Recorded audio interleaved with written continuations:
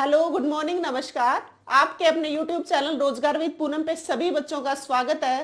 कैसे हो बच्चों सब? होप सो अच्छे होगे और आप लोग अपनी पढ़ाई अच्छे से कर रहे होगे। देखो सभी अब एचटेट के लिए थोड़े से और अलर्ट हो जाओ, क्योंकि आपका अब एचटेट का एग्जाम की डेट फाइनल आने वाली है। 2-4 दिन में ही आपको इन्फॉर्मेशन मिल जाएगी, क्योंकि सभी बच्चों को पता है एचबीएससी का जो अपना हरियाणा बोर्ड जो चेयरमैन है वो पंकज अग्रवाल को बना दिया गया है। जो अपने एग्जाम की डेट पोस्टपोन की थी वो यही रीजन था, क्योंकि उस टाइम एक चेयरमैन जो आपका पूरा कंक्लूजन निकाल के क्या टाइम होनी चाहिए, क्या डेट होनी चाहिए, वो तब तक डिसाइड फाइनल नहीं हो पाया था। अब आपके चेयरमैन बन गए हैं पंकज अग्रवाल। अब आपका स्पीड से काम होगा, फटाफट तो आपका एग्जाम होगा और 2-4 दिन में पता आपको रिजल्ट भी आ जाता है। आंसर की तो उसी रात को आ जाती है। तो देखो अब आपकी 2-4 दिन में डेट आ जाएगी एग्जाम की। अब ज्यादा टाइम आपके एचटेट के एग्जाम में नहीं लगेगा। सभी बच्चे थोड़ा सा और टाइम देना शुरू करो। आपकी पढ़ाई को अब थोड़ा सा ही टाइम मिलेगा, ज्यादा टाइम नहीं मिलेगा, क्योंकि एचबीएससी को कोई मतलब नहीं है कि आप पहले तैयारी छोड़ के बैठ चुके हो। आपने गलती की है कि आपने पढ़ना छोड़ दिया है। अब वो कुछ नहीं कहे, उनको कोई मतलब नहीं है इस बात से, उनको मतलब आपके पेपर से। तो थोड़े से मैं बता रही हूँ बच्चों, थोड़ी सी बच्चों सभी को ध्यान देना है। स्पीड को क्या करना है, ज्यादा करना है, ज्यादा अपनी पढ़ाई को टाइम देना है। ठीक है, बहुत हो गई मौज मस्ती, है पढ़ना वापिस से शुरू कर दो। देखो हमने साइकोलॉजी पढ़ रहे थे, हमने साइकोलॉजी में बहुत सारे इंपॉर्टेंट टॉपिक कर लिए हैं। हमने लगभग अपना साइकोलॉजी का सिलेबस कवर कर लिया है। ठीक है, आज मैं एक इंपॉर्टेंट टॉपिक छोड़ दिया था उस टाइम पे। वो रीजन ये था छोड़ने का, मैंने ये सोचा था कि जब एग्जाम की डेट फाइनल हो जाएगी कि भाई आप पास में जब एग्जाम आएगा तब करवाऊंगी, लेकिन अब जल्दी ही आ रही है आपकी डेट, पता भी लग गया एचटेट की फाइनल डेट शीट कह रही हूँ, सॉरी, फाइनल एग्जाम की डेट। लेकिन अब आपको एक पर्सनैलिटी टॉपिक करवा देती हूँ, एक बार फिर से उस टाइम याद कर लेना, हो जाएगा। और एक इंपॉर्टेंट टॉपिक है, कौन सा भी लेवल हो, चाहे पीआरटी लेवल हो, टीजीटी लेवल हो, पीजीटी लेवल हो, हर एग्जाम में पर्सनैलिटी टॉपिक का क्वेश्चन आता ही आता है, कौन से लेवल पे भी हो। ठीक है, तो पर्सनैलिटी में से लगभग 2 क्वेश्चन तो जरूर आने हैं। पर्सनैलिटी का एक टॉपिक किसने दिया, ये जो क्रैशमर्जुंग, शेल्डन, इन सब में से कौन सी ने कौन सी पर्सनैलिटी बताई है, इस टाइप का क्वेश्चन। एक इनसे क्वेश्चन इंटरव्यू नहीं है, वहां से क्वेश्चन बनता है। तो सभी बच्चे अभी करवाऊंगी, आज मैं बोर्ड पे लिखवाऊंगी, मैं पहले बिल्कुल नहीं लिखूंगी आज। रीजन, बहुत बच्चे अपनी नोटबुक में नोट डाउन करते ही नहीं है, सिर्फ क्लास में से देख लेते हैं ये बातें हैं और फिर छोड़ देते हैं। अपनी नोटबुक में जरूर लिखना है बच्चों। आज मैं नहीं पहले लिख के नहीं छोड़ रही, आज मैं साथ के साथ आप खुद मेरे साथ लिखोगे, क्योंकि जब आप खुद अपने हाथ से नहीं लिखोगे आप उन चीजों के बार बार भूल जाओगे। अगर कोई बच्चा ऐसे सोचता है कि मैंने एक बार पढ़ लिया फिर मुझे पढ़ने की जरूरत नहीं है, वो एक आधा एक्सेप्शनल केस को जो छोड़ के सभी को दोबारा पढ़ने की जरूरत पड़ती है। मेरे प्यारे बच्चों, आप ऐसा नहीं कर सकते कि आपने सिर्फ देख लिया और फिर आप क्या कर दोगे, उसको रिवाइज करके छोड़ दोगे। ऐसा मत करना, बार बार चीजों को रिवाइज करना पड़ता है, वो चाहे कोई भी बच्चा हो। आप ऐसे नहीं छोड़ सकते, अपनी नोटबुक में लिखा हुआ होगा। तो कल को फिर एक बात बताओ, अब तो एचटेट में आपने साइकोलॉजी कर ली, चलो आपने अपने माइंड में सेट कर लिया, लेकिन आप एक बात बताओ, आप एचटेट के बाद जब सेकंड मेंस पेपर दोगे उसमें जरूरत नहीं पड़ेगी, उसमें साइकोलॉजी नहीं आती, उसमें भी तो आती है ना, तब भी तो जरूरत पड़ती है आपको। तो आप ऐसे कैसे छोड़ सकते हो आप चीजों को? तो इसीलिए कह रही हूं अपनी नोटबुक में जरूर आप लिखोगे। आज अपना एक पर्सनैलिटी टॉपिक, इंटरेस्टिंग टॉपिक भी है, अपने डेली लाइफ से कैसी चीजों को आप लेते हैं उससे रिलेट करके देखेंगे। हमारे एनवायरमेंट से ही सारी बातें हमें समझ आ जाएंगी, क्या पर्सनैलिटी होती है, कितने प्रकार की होती है, साथ के साथ याद कराती चलूंगी। बस ध्यान से सुनते रहना, बाद में अपने नोट्स बना लेना। ठीक है, देखो आज हमारी साइकोलॉजी का एक इंपॉर्टेंट टॉपिक शुरू हो रहा है। जब पेन चेंज कर लू भाई एक बार को।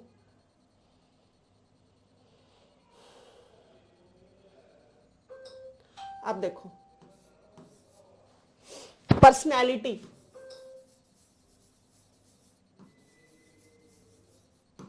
व्यक्तित्व जिसे हिंदी में बोलते हैं हम।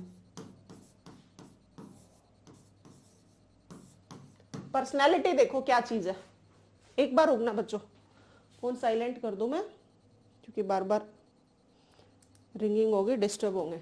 देखो पर्सनैलिटी टॉपिक क्या है, हम बहुत बार बोल देते हैं किसी को देख के, आप लोग भी बोलते हो, मैं भी बोलती हूँ, डेली लाइफ में हर कोई बोलता है। किसी बंदे को जाते को, अच्छा खासा लंबा चौड़ा स्मार्ट बंदा, उसको देख के हम क्या बोल देते हैं, वाओ क्या पर्सनैलिटी है, बोलते हैं ना ऐसा।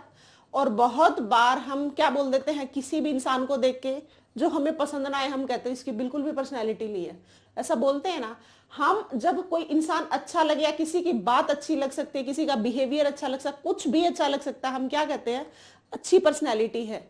और कई बार हम ये भी बोलते हैं कि बेकार है, बिल्कुल ऐसा है, अच्छी पर्सनैलिटी नहीं है। हमने दोनों टाइप में क्या यूज किया, पर्सनैलिटी वर्ड यूज किया। इसका मतलब किसी भी इंसान की पर्सनैलिटी अच्छी हो, आपको अच्छी लगे ना लगे, लेकिन आप पर्सनैलिटी का यूज करते हो। इट मीन्स क्या हुआ, पर्सनैलिटी बच्चों आपको वो चीज पसंद आए ना आए, वो अच्छी भी हो सकती है, वो बुरी भी हो सकती है, लेकिन पर्सनैलिटी हर चीज की होती है। तो यही हमारा क्या होता है, व्यक्तित्व होता है। क्या होता है, व्यक्तित्व होता है। और व्यक्तित्व देखो, पर्सनैलिटी पहले लिखो, पर्सनैलिटी का साथ के साथ बताती चलूंगी। पर्सनैलिटी, पर्सोना लैटिन भाषा के, आप किसी व्यक्ति की तारीफ करते हो, बुराई करते हो, दोनों चीजों में आप पर्सनैलिटी वर्ड का यूज करते हो। इसकी पर्सनैलिटी अच्छी है, जो नहीं दिखता उसके लिए क्या बोल देते हो, इसकी पर्सनैलिटी अच्छी नहीं है।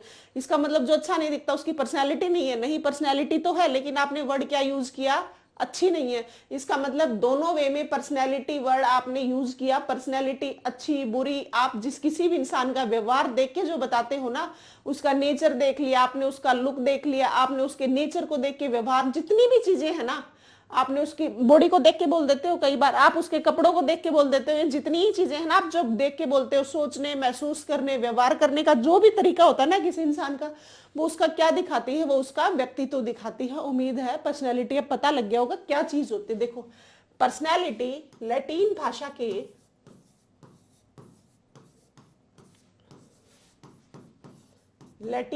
के पर्सोना शब्द से बनी है, पर्सोना वर्ड से बनी है।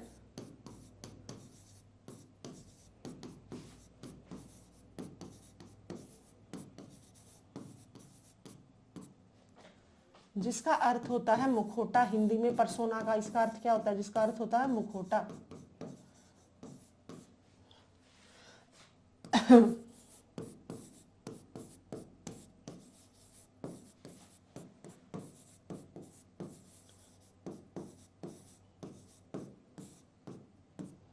देखो, तो लेट पर्सनालिटी लैटिन भाषा के पर्सोना शब्द से बनी है, जिसका अर्थ होता है मुखौटा। देखो बच्चों, पहले जो जैसे हम रामायण वगैरह देखने जाते थे, जब ये क्या है, दशहरा आता है, तब रामायण ही होती होगी, हाँ रामायण ही होती है शायद उसमें। तो उसमें जब रोल प्ले कर रहे होते हैं, तब क्या देख रहे होते हैं हम, वहां पे कोई भी किसी का भी रोल प्ले कर सकता है। मान लो किसी ने हनुमान का रोल प्ले कर दिया, आपने उसकी पिक्चर देखी है, जब रोल प्ले कर रहे होते हैं हनुमान जैसी शक्ल बना देते हैं, तो हमारे दिमाग में उसको लेके क्या पर्सनैलिटी बनी कि हनुमान जैसा लग रहा है। जो बाहर का किसी भी मंच पे कोई भी इंसान कोई भी रोल प्ले कर रहा होता है ना, वैसा ही वेश बना लेता है, वैसा ही मुखौटा पहन लेता है ना, उसको हम क्या बोलते थे, ये इसकी क्या बन गई, पर्सनैलिटी बन गई। जैसे बहुत लोग शाहरुख खान या सलमान खान को देख के, उसके हेयर्स को देख के वैसा ही हेयर कट करवा लेते थे, तो वो क्या बोलते थे कि वैसी ही पर्सनैलिटी लग रही है, वैसे ही हेयर्स लग रहे हैं। तो किसी भी व्यक्ति का सोचने का, महसूस करने का, व्यवहार करने का जितना भी तरीका होता है ना, उसकी क्या करती है, पर्सनैलिटी होती है। और पर्सनैलिटी लैटिन भाषा के पर्सोना शब्द से बनी है, जिसका अर्थ होता है मुखौटा। पहले जो लोग नकाब, मंच पे जो भी नकाब पहन लेते थे, जो भी वैसे ड्रेसिंग स्टाइल स्टेटमेंट बना लेते थे, वो क्या था उसका, वो वैसा क्या कर रहा था, वैसी उसकी पर्सनैलिटी को देख के वैसे का वैसा कर रहा था। तो ये होती है बच्चों हमारी क्या, पर्सनैलिटी। ठीक है, ये लिखना है सभी को, ठीक है। अच्छा देखो, पर्सनैलिटी है ना जो हमारी, हेरिडिटी और एनवायरमेंट दोनों चीजों से बनती है। पर्सनैलिटी हमारी कैसे बनती है, हेरिडिटी से भी बनती है और एनवायरमेंट से भी बनती है। देखो पर्सनैलिटी, सबसे पहले तो आपको एक बात, ये बात याद रखना है सभी बच्चों को, आप किसी भी चीज को लेके, आप किसी की ड्रेसिंग सेंस को देखे अगर आप कहते हो पर्सनैलिटी है, तो ये आप आज के बाद नहीं यूज करोगे। आप साइकोलॉजी की भाषा में हमेशा ये बात याद रखोगे, सोचने का, व्यवहार करने का, जितने उसके तरीके हैं, ऑल ओवर नेगेटिव पॉजिटिव, उन सब का निचोड़ क्या होती है, पर्सनैलिटी होती है। ठीक है, आपको एक ये बात याद रखोगे। सेकंड बात आप ये याद रखोगे, एक तो हेरिडिटी प्लस एनवायरमेंट दोनों जब इकट्ठे हो जाते हैं, जब किसी की, इंसान की क्या कहते हैं कि इसकी ये पर्सनैलिटी है। जैसे बहुत हेरिडिटी पर्सनैलिटी में मेन रोल प्ले करती है, वो कैसे, देखो बहुत सारे पेरेंट्स जो सुंदर होते हैं, लंबे चौड़े तकड़े होते हैं, देखा होगा उनके बच्चे वैसे ही हो जाते हैं, तब हम क्या बोलते हैं, इस बच्चे की पर्सनैलिटी अपनी मदर से या फादर से रिलेट करती है, वैसी ही है, तो हम क्या बोलते हैं, सेम हो गया। इसका मतलब उस बच्चे ने कहां से कॉपी ली, अपने मदर एंड फादर से। वो क्या था, वो उसका हेरिडिटी से मिला था, उसको अपने अपने माता पिता से मिला था, मतलब वंशानुक्रम मिला था, अपने वंश से मिला था।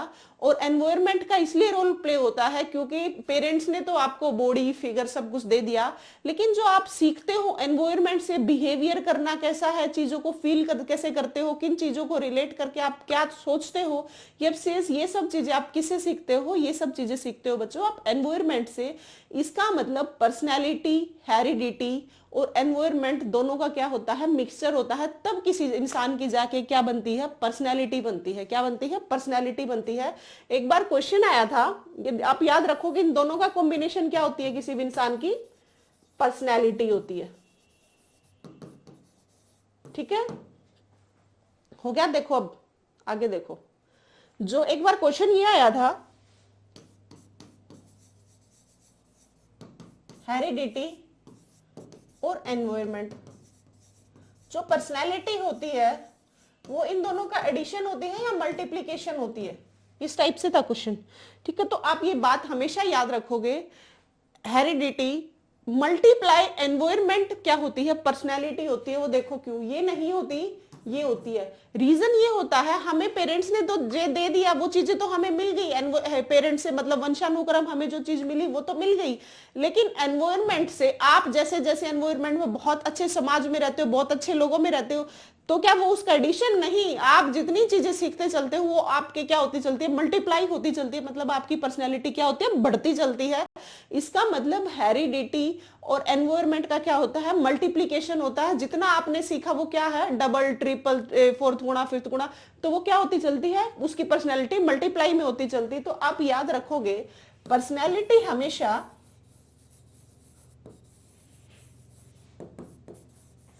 हमेशा हेरिडिटी मल्टीप्लाई एनवायरमेंट होती है। कर लोगे याद ये बात, ये आपको याद रखनी है। 2-3 बातें बताई हैं, सिर्फ सुन लो एक बार फिर से। पर्सनैलिटी लैटिन भाषा की पर्सोना शब्द से बनी है, जिसका मतलब होता है मुखौटा। जो पहले के लोग कोई भी रोल प्ले करते थे, पहले के क्या अब भी तो करते हैं ना, किसी का रोल प्ले कर रहे होते हैं, वैसे ही आप ड्रेसिंग बना लेते हो, वैसा ही आप कुछ नकाब मंच पे जब कोई भी रोल प्ले किया तो वो चीजें पहनी आपने, तो वो उसकी पर्सनैलिटी से क्या कर रही होती है, रिलेट कर रही होती है। जब आप किसी इंसान की पर्सनैलिटी को बोलते हो कि इसकी पर्सनैलिटी अच्छी है, इसकी पर्सनैलिटी नहीं है, दोनों चीजों में आपने क्या किया, पॉजिटिव और नेगेटिव दोनों बातें बता दी। इसका मतलब पर्सनैलिटी जरूरी नहीं है हाँ हर एक पॉजिटिव चीज को समेटे हुए हो, नहीं, आप किसी की नेगेटिव बातें भी बताते हो, किसी की भी पॉजिटिव बातें बताते, दोनों की दोनों चीजें क्या कर रही है, उसकी इंडिकेशन क्या दे रही है, उसकी पर्सनैलिटी का। तो क्या होती है पर्सनैलिटी, लग गया पता, पर्सनैलिटी होती है हेरिडिटी मल्टीप्लाई बाय एनवायरमेंट। तो आप याद रखोगे ये क्या होती है, हेरिडिटी, पर्सनैलिटी, हेरिडिटी और एनवायरमेंट का क्या होता है, मल्टीप्लाई होता है।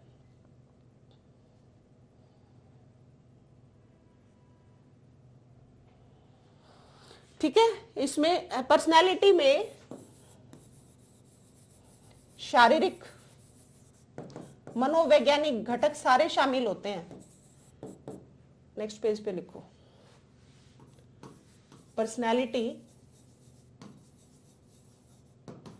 क्या होता है, पर्सनैलिटी में वंशानुक्रम भी होती है चीजें, वातावरण से भी होती है चीजें, तब कहीं जाके किसी की पर्सनैलिटी को आप डिफाइन करते हैं। वातावरण से भी होती है, शारीरिक भी होती है, मनोवैज्ञानिक घटक भी शामिल होते हैं इसमें। मनोवैज्ञानिक कैसे बताऊंगी, एक बार देख लिख लो। मनोवैज्ञानिक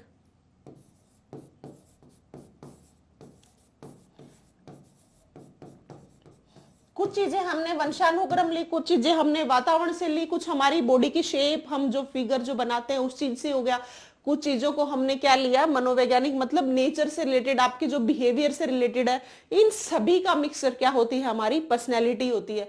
एक ये, हाँ एक और इसकी विशेषता ये भी बताते हैं, क्वेश्चन आया था पर्सनैलिटी डायनामिक है या स्टैटिक है, तो आप हमेशा याद रखोगे पर्सनैलिटी जो हमारी होती है वो डायनामिक होती है, मतलब गतिशील होती है, स्टैटिक स्थिर नहीं होती। देखो क्यों, क्योंकि आपको पता है जब हम छोटे होते हैं तब कुछ और हमारी पर्सनैलिटी होती है, हम बड़े होते हैं तब आप ड्रेसिंग सेंस को या अच्छा बुरा लगने से नहीं नहीं, आप चीजों को एनवायरनमेंट से आपने सीखा और आप उन चीजों को सीख के कैसे अपने समाज में प्रेजेंट करते हो, उस चीज को पर्सनालिटी कहते हैं। हम जब छोटे थे तब ये कहते थे, छोटे क्या जब तक नहीं पता एक्चुअल में इसकी डेफिनेशन क्या, तब तक सारे ही कहते हैं कि जिसने अच्छे कपड़े पहन लिए उसकी ऐसी पर्सनैलिटी है। नहीं, आपने जो चीजें सीखी अपने एनवायरनमेंट से, उन एनवायरनमेंट से सीख के आप समाज के आगे उन चीजों को कैसे प्रेजेंट करते हो, वो चीज क्या होती है, आपकी पर्सनैलिटी होती है। इसीलिए मनोवैज्ञानिक भी साइकोमोटर मनोवैज्ञानिक पर्सनैलिटी क्यों बोलते हैं, क्योंकि आप किसी की मन की स्थिति को जान पाते हो, किसी की, उसी से आप क्या डिफाइन कर पाते हो, उसकी पर्सनैलिटी डिफाइन कर पाते हो। जैसे मनोवैज्ञानिक कैसे, जैसे आप किसी का इंटरव्यू लेके, जैसे आप क्वेश्चनियर मेथड से, इस टाइप से बहुत सारे मेथड्स होते हैं किसको, पर्सनैलिटी को मेजर करने के। ठीक है, वो आगे करेंगे हम। हो गया पर्सनैलिटी के बारे में। वंशानुक्रम होती है, वातावरण से होती है, शारीरिक होती है, मनोवैज्ञानिक होती है, सब चीजों का क्या होता है, मिक्सर होता है क्या, पर्सनैलिटी। ठीक है, कर लोगे। व्यक्तित्व अनुपम होता है, एनवायरमेंट से क्या होती है, पर्सनैलिटी को हम डिफाइन कर पाते हैं। ठीक है, अब देखो इसके प्रकार, देखो पर्सनैलिटी, व्यक्तित्व के प्रकार, टाइप्स ऑफ पर्सनैलिटी।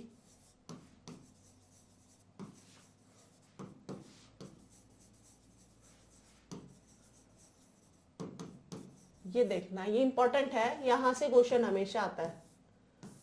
ठीक है, ये याद रखोगे आप। ऐसे ही आप, जैसे मैं बना रही हूं ऐसे ही आप भी अपनी नोटबुक बना लेना और नोटबुक में नोट डाउन सारी चीजें कर लेना। आराम से, बहुत शांति से पढ़ा रही हूँ, आपकी ही लैंग्वेज में पढ़ा रही हूँ ताकि आपको इजीली समझ आ जाए। ऐसी में कोई लंबी चौड़ी या स्पीड से बताने की कहानी ऐसे तो मैं सुना नहीं रही, धीरे धीरे लिख रही हूँ और धीरे धीरे आपको बता रही हूँ, क्योंकि पर्सनैलिटी टॉपिक आपका एक इंपॉर्टेंट टॉपिक है और हर एग्जाम में आना है, जो भी एचटेट का, जो जहां पे भी कोई भी एग्जाम हो, यूपी टेट, एचटेट, आरटेट, जितने भी हैं, DSSB का जो दिल्ली का एग्जाम होना है, अभी इसकी भी डेट आने वाली है, शायद मार्च में बता रहे हैं। तो जहां पे भी साइकोलॉजी आती है हर जगह ये टॉपिक आता ही आता है, इसीलिए आराम से बता रही हूँ और आराम से मेरे साथ समझते चलना। देखो फिर ये जो इसके जो प्रकार है, ये साइकोलॉजिस्ट हैं बहुत सारे जिन्होंने पर्सनालिटी को डिफाइन किया।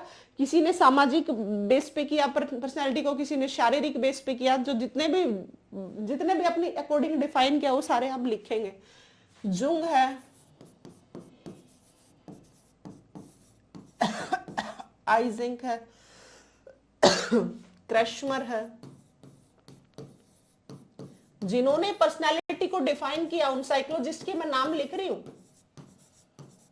ठीक है, जुंग ने अलग टाइप से पर्सनालिटी को डिफाइन किया, आइजेंक ने अलग टाइप से पर्सनालिटी को डिफाइन किया, क्रैशमर ने अलग किया और शेल्डन ने अलग किया।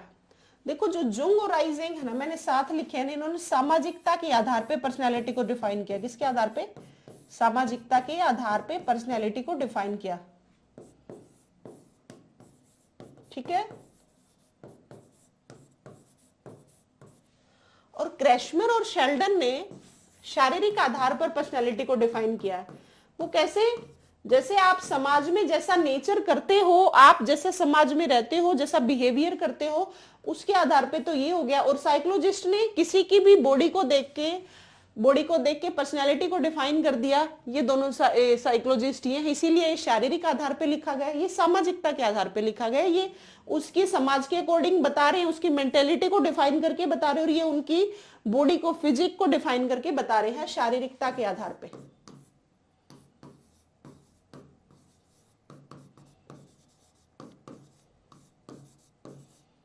ठीक है बच्चों, देखो सामाजिकता के आधार पे किस किस ने बताया है? जुंग ने और आइजेंक ने। और क्रैशमर और शेल्डन ने किसके आधार पे बताया है? वो बताया है शारीरिकता के आधार पे। ठीक है, अब देखो फर्स्ट से करते हैं, और चारों इंपॉर्टेंट है। यहां से इनके जितने भी टाइप्स बनेंगे ना, आपको सारे याद करने हैं, कौन से ने कौन से टाइप, कौन से प्रकार की क्या बताई है, पर्सनैलिटी बताई है, ये आप याद रखोगे किस टाइप से पर्सनैलिटी को डिफाइन किया गया। देखो लिखो, सबसे पहले जुंग के आधार पे। जुंग के अनुसार पर्सनैलिटी 3 प्रकार की है।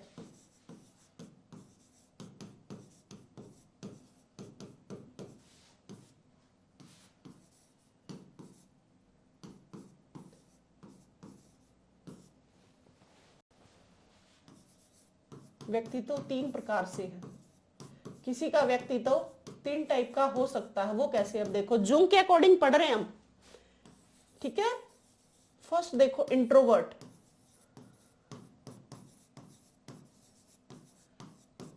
सेकंड इन्होंने बताया है एक्सट्रोवर्ट,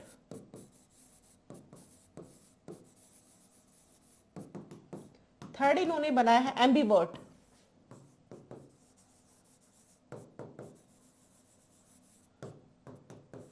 देखो कैसे बताया है, हम जुंग के अनुसार पढ़ रहे हैं और इन्होंने बताया किसके हिसाब से, सामाजिकता के आधार पे पर्सनालिटी को क्या किया है, डिफाइन किया है। देखो अंतर्मुखी, हिंदी में भी लिख लो, नहीं बहुत बच्चों के दिक्कत होती है ये वाली भी। अंतर्मुखी, बहिर्मुखी,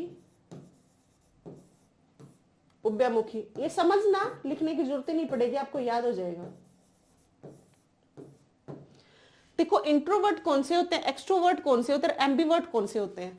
देखो बच्चों, इंट्रोवर्ट जो वो बच्चे हो, वो कोई भी इंसान, बच्चा हो सकता है, बड़ा हो सकता है, बूढ़ा हो सकता है, कोई भी, हम किसी की पर्सनैलिटी को डिफाइन करते हैं तब बता रहे हैं। इंट्रोवर्ट देखो वो इंसान होता है, आपने कई बार सुना होगा, हम बहुत सारे लोगों को क्या बोल देते हैं कि भैया तो चुप चुप रहता है, कुछ बोलता नहीं है, घुन्ना टाइप का है, अंदर ही पता नहीं क्या चीजें रखता है। और हमेशा इंट्रोवर्ट, अंतर्मुखी, जो अपने समाज में, सोसाइटी में बहुत कम इंटरेक्शन करते हैं ना, वो लोग क्या होते हैं, इंट्रोवर्ट होते हैं। लेकिन हम इंट्रोवर्ट को हमेशा नेगेटिव मेंटेलिटी से लेके चलते हैं। आप भी लेके चलते हो, मैं भी लेके चलती थी, जब तक मुझे नहीं पता था मैं भी तो ऐसा ही सोचती थी, आप भी ऐसा ही सोचते हो। लेकिन बच्चों ऐसा नहीं होता। इंट्रोवर्ट देखो क्या होता है, इंट्रोवर्ट वो होते हैं जैसे जो अपने आप में रहते हैं, चुप रहते हैं, ज्यादा शेयर नहीं करते, ज्यादा फीलिंग्स, इमोशंस, ज्यादा लोगों से, सोसाइटी से ज्यादा इंटरेक्शन नहीं करते। वो कौन से टाइप के लोग होते हैं, वो इंट्रोवर्ट होते हैं, अंतर्मुखी लोग होते हैं। मतलब अंतर्मुखी नाम से ही पता लग रहा है, अंदर ही अंदर किसी चीज को रखना, ज्यादा किसी के आगे शेयर ना करना। तो देखो हम पहले गलत मीनिंग लेके चलते थे इंट्रोवर्ट का कि नेगेटिव लोग होते हैं, मतलब अपने आप में घमंडी टाइप के लोग होते हैं, जबकि ऐसा नहीं होता। देखो साइंटिस्ट देखे होंगे आपने, बहुत कम बातें करते हैं, आपने डॉक्टर्स देखे होंगे बहुत कम बातें करते हैं। लेकिन जरूरी नहीं है वो जो लोग चुप होते हैं वो क्या होते हैं, खड़ूस नेचर के घमंडी लोग होते हैं, नहीं, ऐसा नहीं होता। बस क्या होता है, ये अपने आप में बिजी होते हैं। जैसे साइंटिस्ट रिसर्च करने में ही हमेशा रहते हैं, उनको ज्यादा समाज से, सोसाइटी से कोई मतलब ही नहीं होता। मतलब नहीं होता, इसका मतलब ये बिल्कुल नहीं होता कि उनको सोसाइटी, समाज से कुछ प्रॉब्लम है या ऐसा, ऐसा बिल्कुल नहीं होता। ना ही उनको किसी टाइप का घमंड होता। बहुत सारे लोगों को तो टाइम नहीं होता समाज में इंटरेक्शन करने के लिए, तो क्या आप उसको ये बोल दोगे घमंडी है? नहीं, आप इस ऐसा बिल्कुल नहीं बोल सकते। आप सिर्फ ये कह सकते हो कि वो चीजों को शेयर नहीं करते, बोलते नहीं, अपनी सोसाइटी में क्या नहीं करते, इंटरेक्शन नहीं करते। लेकिन नेगेटिव इंट्रोवर्ट का मीनिंग बिल्कुल नहीं होता। ठीक है, करो, रखोगे याद, इंट्रोवर्ट क्या होते हैं, नेगेटिव लोग नहीं होते, चीजों को अंदर तो जरूर रखते हैं लेकिन घमंडी टाइप के नहीं होते। अब सेकंड देखो एक्सट्रोवर्ट, बहिर्मुखी।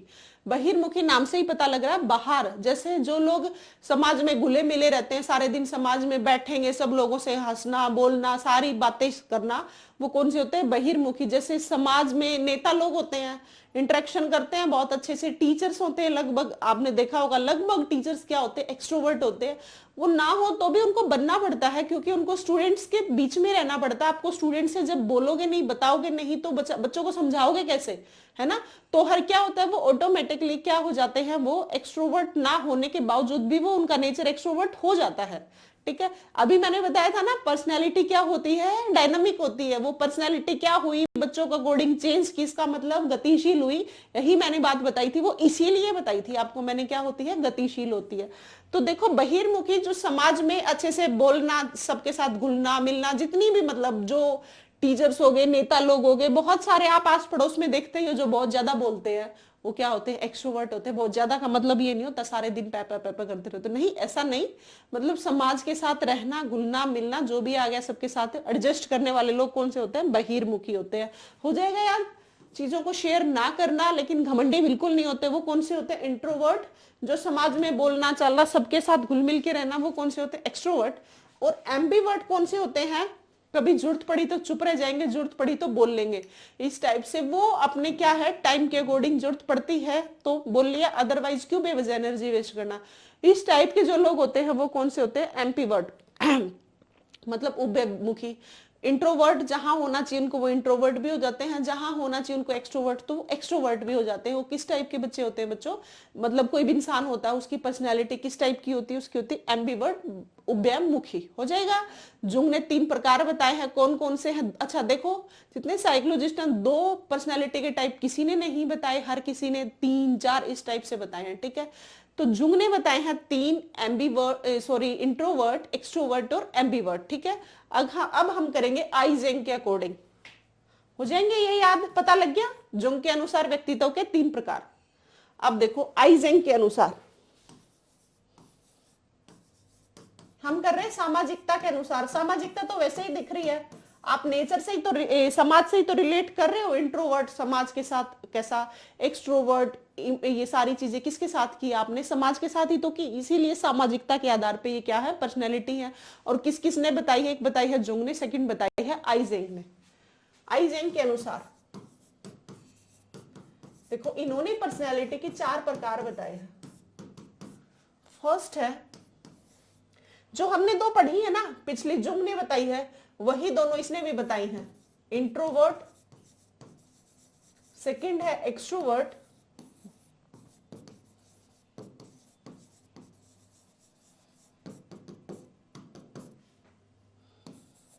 थर्ड है साइकोटिक, फोर्थ है न्यूरोटिक।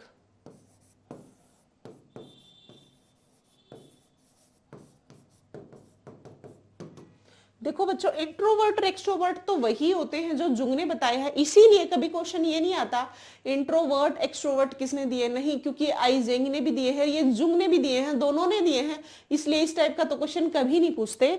लेकिन आइजेंग ने क्या बताया, हाँ भाई इंट्रोवर्ट टाइप के भी लोग होते, अंतर्मुखी जिन्हें बोलते हैं, ये बहिर्मुखी,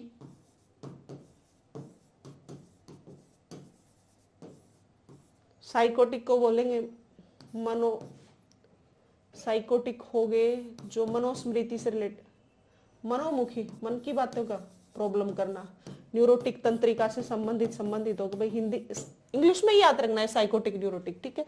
वैसे मैं हिंदी हर जगह बता रही हूँ लेकिन इनकी एग्जैक्ट कोई हिंदी है ही नहीं, साइकोटिक न्यूरोटिक ही बोलते हैं, ठीक है। देखो अंतर्मुखी बता दिया, एक्सट्रोवर्ट अंतर्मुखी और बहिर्मुखी दोनों बता दिए, जो अंदर ही अंदर बातों को चीज रखना, शेयर ना करना, समाज के साथ ज्यादा इंटरेक्शन नहीं करना, वो इंट्रोवर्ट होते हैं। एक्सट्रोवर्ट जो ज्यादा इंटरेक्शन करते हैं, मतलब समाज में घुलना मिलना सारी चीजें, वो क्या होते हैं, एक्सट्रोवर्ट। लेकिन साइकोटिक देखो क्या होते हैं, साइकोटिक और न्यूरोटिक समझो ये किसके अनुसार पढ़ रहे हैं, हम आइजेंग के अनुसार पढ़ रहे हैं।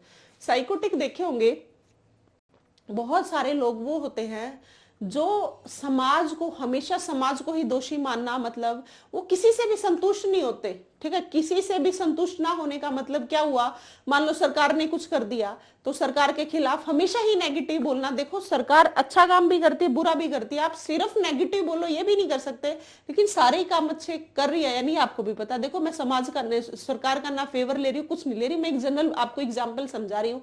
देखो सरकार ने कुछ भी किया, अच्छा किया नहीं किया, उनको हमेशा कमी निकालनी है।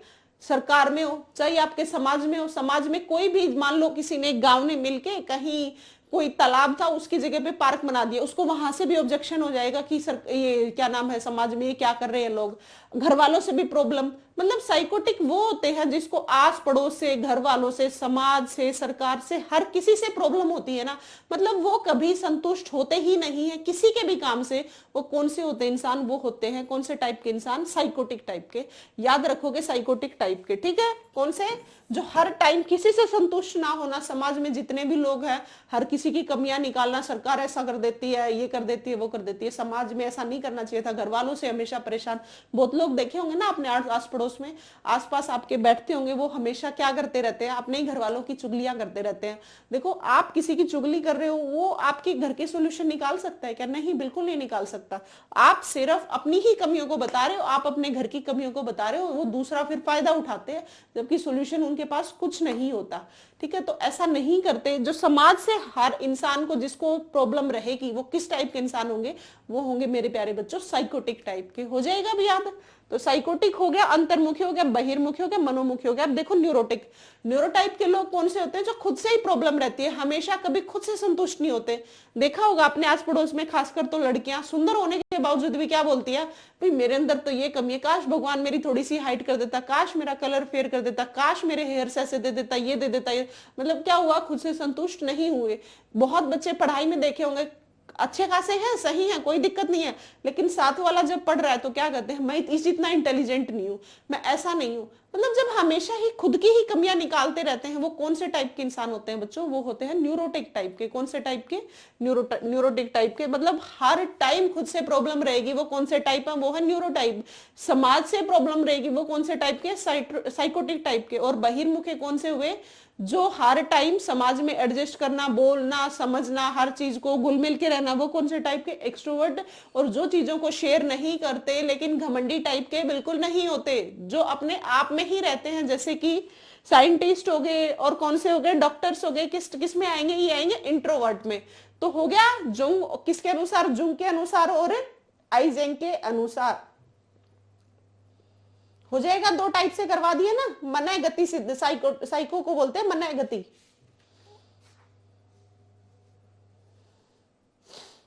ठीक है, अब देख लो क्रैशमर के अकॉर्डिंग और कर लो।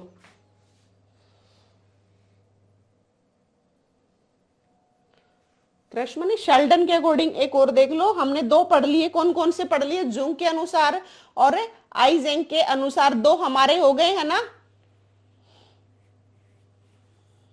कर लोगे दोनों के दोनों? अब देख लो थर्ड नंबर पे क्रैशमर के अनुसार। एक और करवाऊंगी, बस 3 ही टाइप कराऊंगी, कल नेक्स्ट कराऊंगी शेल्डन के अनुसार। शेल्डन के अनुसार 4 टाइप से होते हैं।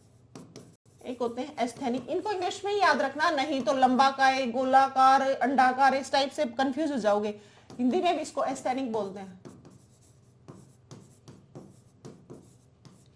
सेकंड है एस्थेनिक, हो गया क्रैशमर के। हम बॉडी के अकॉर्डिंग पढ़ेंगे, अब शारीरिकता के आधार पे पर्सनालिटी पढ़ेंगे। वो दोनों जुंग और आइजेंग पढ़ी है हमने, वो किसके अकॉर्डिंग पढ़ी है? सामाजिकता के अनुसार, समाज में किस टाइप से आप व्यवहार करते हो उसके अनुसार। और अब किसी इंसान के शरीर को देख के आप उसकी पर्सनालिटी को डिफाइन करते हो। क्रैशमर हो गया, फिर एस्थेनिक हो गया, फिर हो गया एथलेटिक।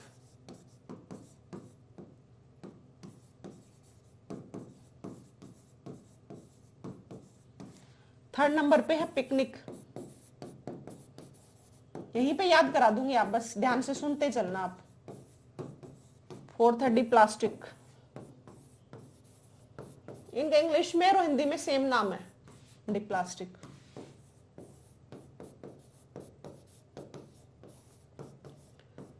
देखो एक बार लिख लो इनको। एस्थेनिक है फर्स्ट, सेकंड है एथलेटिक है, थर्ड है पिकनिक है, और नेक्स्ट है डी प्लास्टिक है। क्रैशमर का वर्गीकरण पढ़ रहे हैं हम।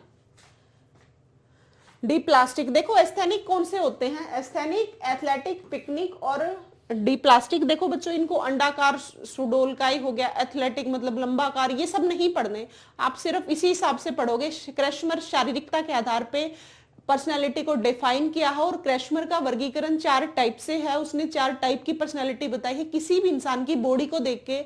फर्स्ट बताई एस्थेनिक, सेकंड बताई एथलेटिक, थर्ड बताई है पिकनिक, और फोर्थ बनाई है डी प्लास्टिक। देखो अब एस्थेनिक टाइप के कौन से लोग होते हैं? एस्थेनिक, थिन, थिन मतलब यहां से आइडिया लगाओ, पतले। जो लोग दुबले पतले होते हैं ना, एस्थेनिक मतलब थिन, पतले टाइप के। जो लोग दुबले पतले होते हैं ना, उनकी पर्सनैलिटी को कैसे? दुबले पतले हो गए, और फिर हर टाइम क्या होते हैं? आलसी टाइप के हो गए, ठीक है, कमजोर टाइप के होते हैं, वो जल्दी थकावट महसूस करते हैं, स्लिम हो गए, शैलो हो गए, लंबे हो गए, ठीक है। जो पतले हो गए ना, एस्थेनिक को क्या कहोगे? वो कौन से होते हैं? सुडोल का, इसको हिंदी में बोल सकते हैं हम। ना तो छोटे होते और ना क्या होते, ज्यादा मोटे होते। तो थिन टाइप के सुडोल काय, अच्छी काय होती है, मतलब एक्टिव होते हैं। जैसे कई बार हम कहते नहीं है भाई पतला तो जरूर है लेकिन बहुत जान है, वो किस टाइप के लोग होते हैं? वो एस्थेनिक टाइप के। किसने बताया है? क्रैशमर ने। रखोगे याद, एस्थेनिक, सुडोल काय जिसको हिंदी में हम बोलते हैं। एथलेटिक, एथलेटिक देखो कौन से होते हैं? आपने देखा होगा एथलेटिक खिलाड़ी कैसे होते हैं, लंबे चौड़े तकड़े, अच्छी बॉडी, वो किस टाइप के, मतलब फिट, ना बीमारी से रिलेटेड कोई उनको दिक्कत होती, अच्छे चौड़े शरीर, दिखने में अच्छे लगते हैं, वो कौन से टाइप के होते हैं, वो होते हैं बच्चों एथलेटिक टाइप के। कौन से होते हैं? एथलेटिक, ठीक है।